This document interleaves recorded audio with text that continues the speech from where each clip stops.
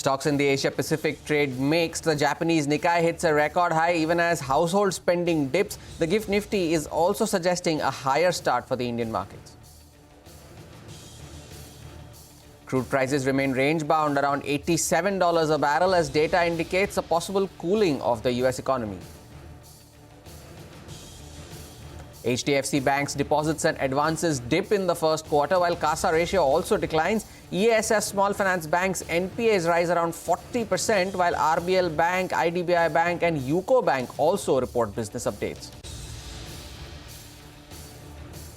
Bajaj Auto looks to disrupt the two-wheeler market by launching the world's first CNG bike later today. The bike named Freedom 125 will have both a fuel and a CNG tank.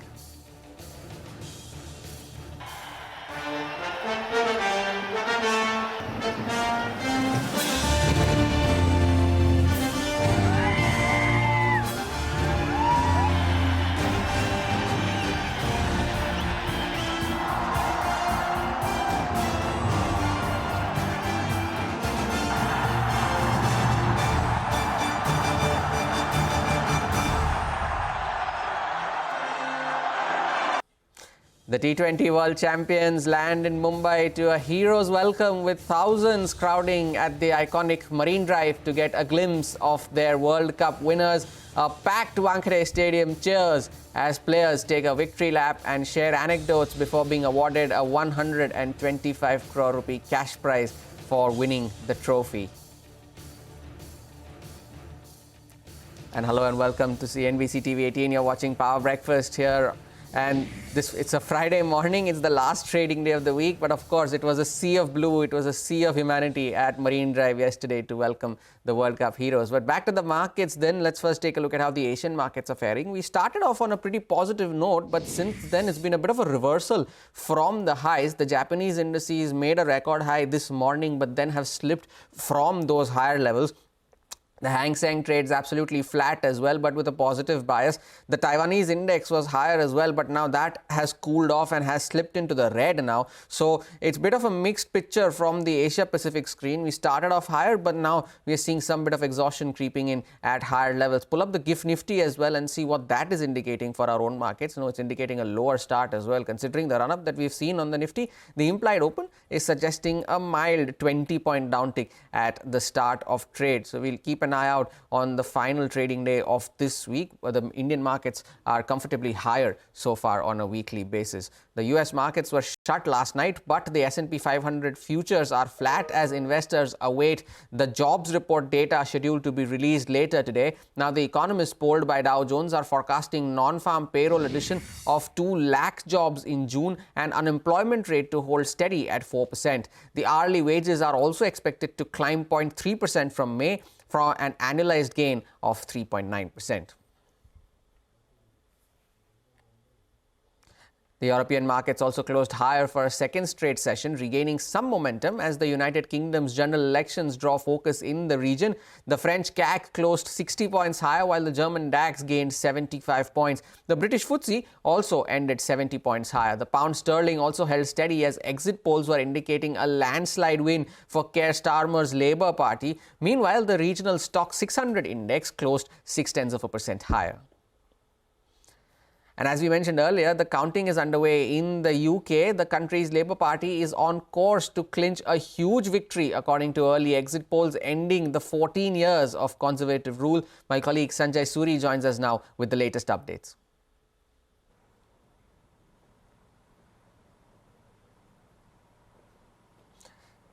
Sanjay sir, good afternoon, good morning. It's late into the night here in the UK. What are the early exit polls suggesting there?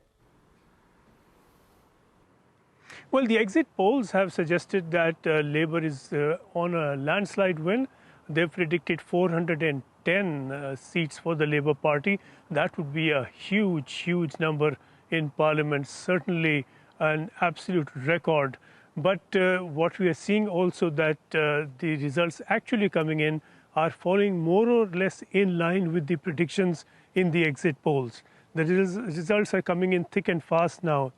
One after the other, we're getting flashes that Labour has gained a particular seat from the Conservatives, and this has been a pattern right across the country. Labour really gaining ground very, very swiftly and very, very widely. We are also seeing two other patterns emerge. One is that the Reform Party, which is really a breakaway from the Conservatives, sits to the right of the Conservative Party, is doing rather well. In many of the results, they have pushed the Conservatives into third place behind Labour. So it's Labour, then Reform, and then the Conservatives.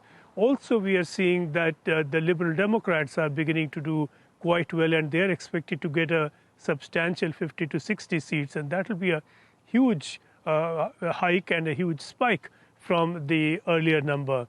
Up in the north, in Scotland, the Scottish National Party, which believes in a breakaway from the United Kingdom, is not doing well at all. The consequence of that is that we are not going to see any political movement or any political push from Scotland that may effectively try to break Scotland away from the UK.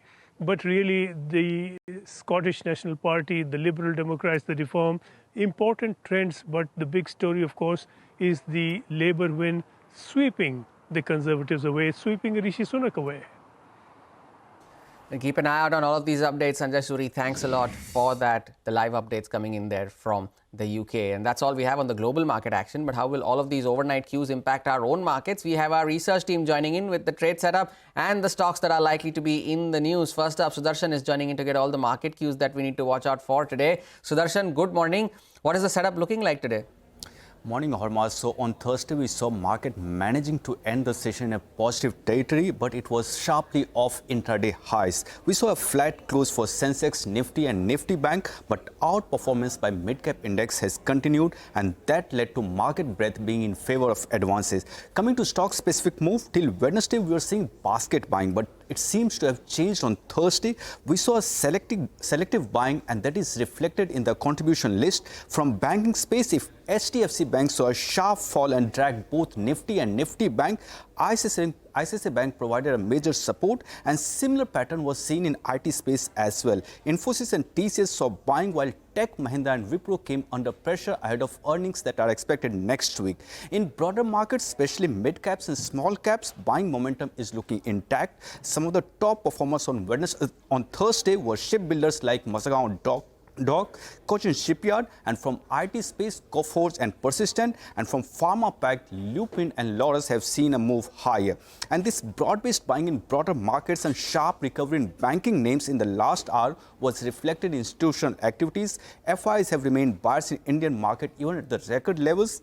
FIs bought shares of more than rupees 2,500 crore on Thursday, while DIIs are looking to book profits. They have sold shares of rupees 2,400 crore in the cash market on Thursday. And if we talk about cues from global markets, it's largely muted. US market was shut yesterday for Independence Day, so no major cues from there. European markets though closed higher ahead of UK poll verdict. US 10-year yield is steady around 4.40%, and crude remains elevated, and Brent is above $87 per barrel. And tracking all these gift nifties indicating a start with minor cuts for our market.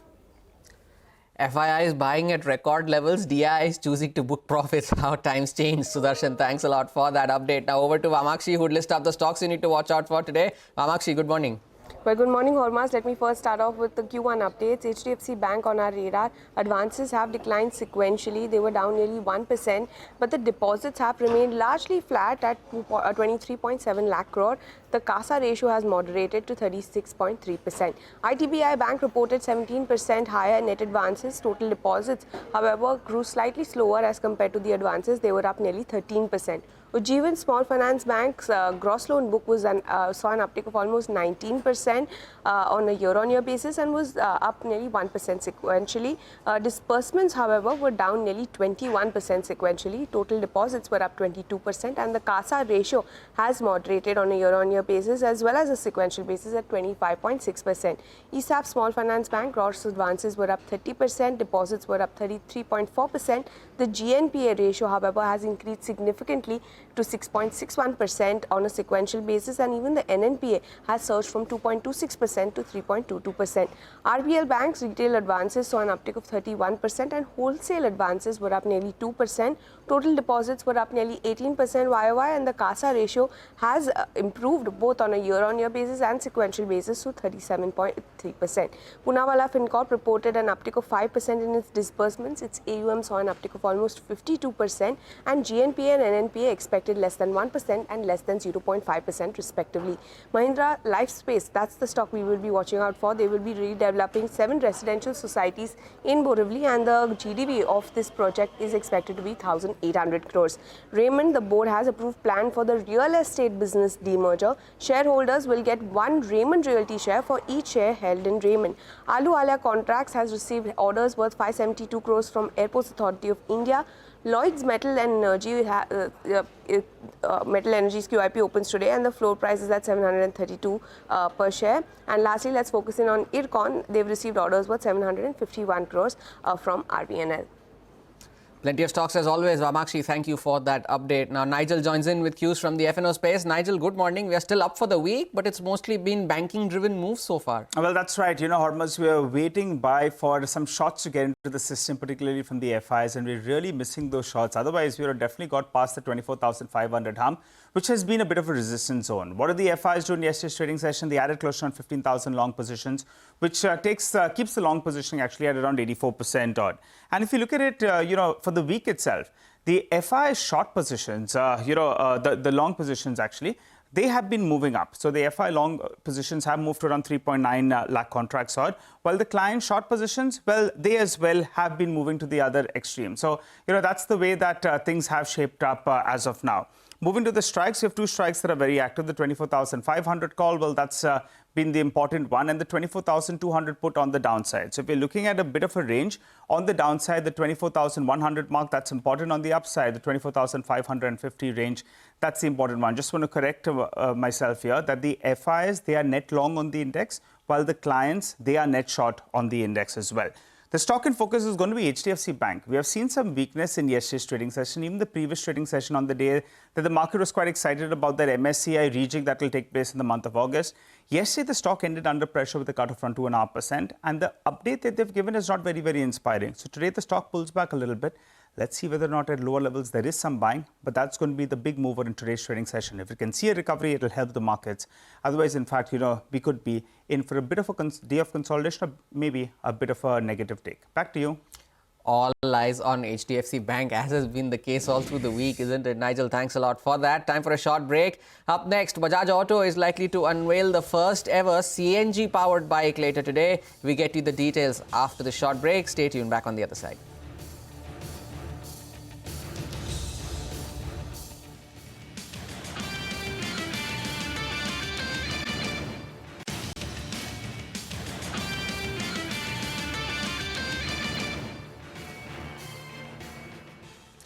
Welcome back to Power Breakfast, and Bajaj Auto is set to launch the world's first CNG bike today. CNBC TV18 has accessed an exclusive image of the motorcycle, which will be called Freedom 125. Parikshit Luthra now joins us with more. Parikshit, take us through the key features of Bajaj's first CNG bike.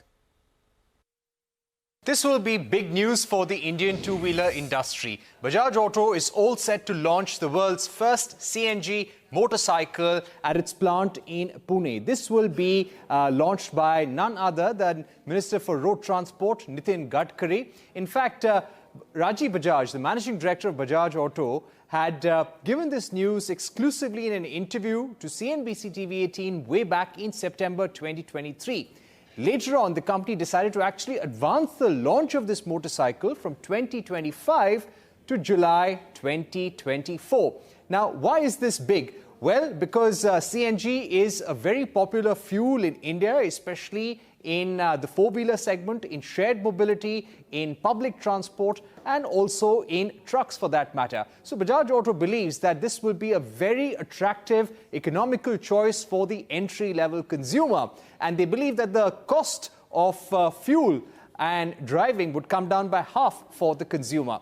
So this is speculated to be called Freedom 125. Our sources tell us that yes, it will be called Freedom, and 125cc will be the engine displacement. What some of the sketches and teasers released by Bajaj Auto earlier have shown to us that there will be a toggle switch which will help you move between the CNG tank and the fuel tank as well. So you can run it on petrol, you can run it on CNG. This ensures that you'll be able to run the bike for long distances. We've also accessed an exclusive picture of the motorcycle, or a part of the motorcycle, so to say. So this shows you a bright blue theme, a long seat, and also a round LED light. So these will be some of the specifications, expected to be very feature-rich as well. And the Bajaj Auto team would like to price it very, very competitively. In terms of exports, yes, Bajaj Auto has the highest two-wheeler exports from the country, and there will be a plan to export this motorcycle to at least 5 to 6 countries in the near term. But their focus would be on the domestic market, and if this experiment is successful, they would like to bring out more CNG motorcycles and have a full CNG portfolio as well. Within the calendar year 25, we hope to be the first in the world to launch such a motorcycle. But today I'm going to tell you, we are so encouraged by the results we've seen from the testing that we are actually able to prepone that by a whole year. So within this calendar year 24, in the very near future. But Rajiv Bajaj there on the new launch for Bajaj Auto. But on to banking stocks now. HDFC Bank is in focus after it released a business update for the first quarter of FY25. Abhishek is here with the details. Abhishek, good morning. How does the update look like? Well, Homas, the update is slightly on the weaker side, but that's on the way the industry has panned out as well. So they have seen CASA decline and LCR has improved, which is a key heartening point. Focus is on lowering the credit deposit ratio. To begin with, the deposits are down 0.03% sequentially. And if you take a look at the RBI's numbers, deposits are down 1.65% year to date in this fiscal so far. CASA has declined by 5% quarter on quarter. CASA ratio has also dipped by almost 200 basis points sequentially. This is in line with industry trend as well, wherein you are seeing CASA ratio declining because people are using the sweep in sweep out facility as well. So current account decline is of about 42,500 crore. Remember that this was an election quarter. Some money might have got withdrawn. Saving deposits declined by 0.5% quarter on quarter. However, time deposits have grown by 3% on a sequential basis. So the overall AUM growth is about 2.5% quarter on quarter. Advances have declined by 0.8% sequentially. In this, the other wholesale advances, they have declined by 26,600 crore. Now, this is in line with what they did in the previous quarter as well, wherein the other wholesale book had declined as they had not got the favorable interest rate or, the yield on that portfolio. Credit deposit ratio that continues to inch downwards at 104.5% versus 105.4% sequentially. The best part of this update is the liquidity coverage ratio that's improved substantially to 123% versus 115% in the previous quarter. Back to you. Abhishek, thanks a lot for that. We'll keep an eye out on HDFC Bank in today's session as well. But time for a short break. Up next, we get you cues from the commodity space. Stay tuned. We'll be right back.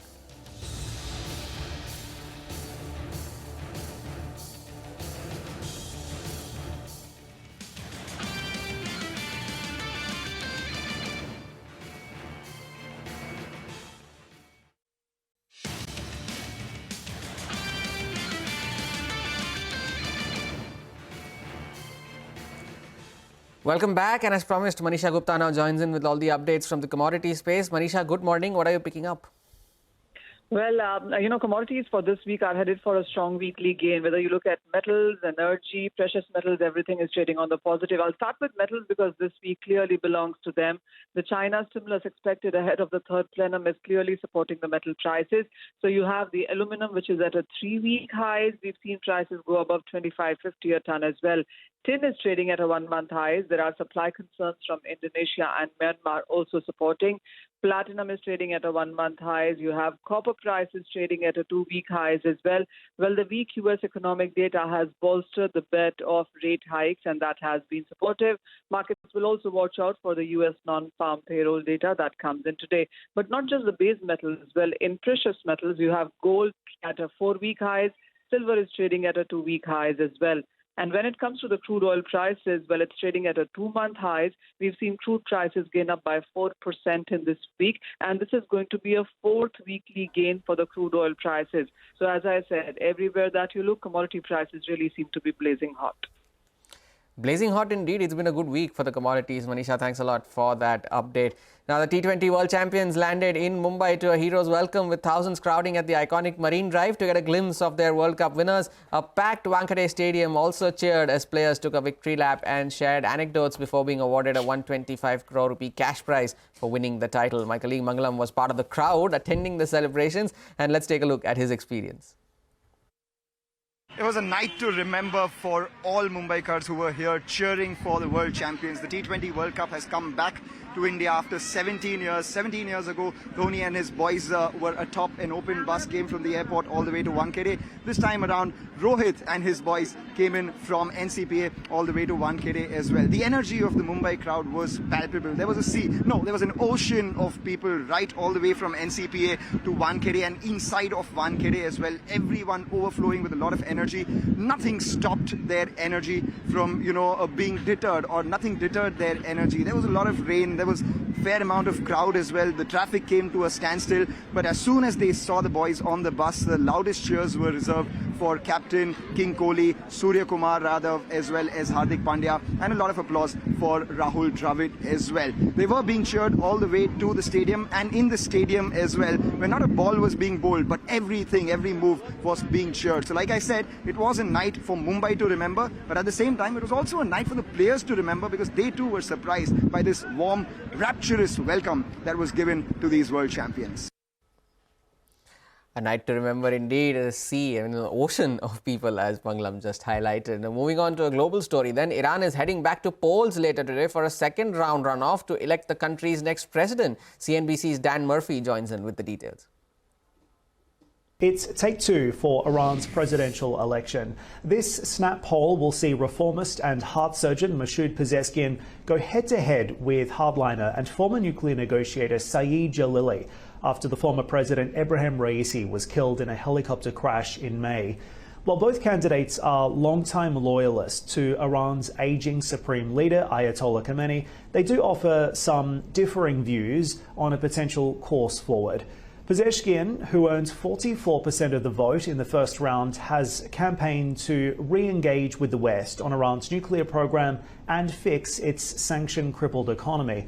But hardliner Jalili, who got 40% of the vote, wants a stronger stance on domestic and foreign policy issues and could instead bring Iran closer to allies like Russia and China.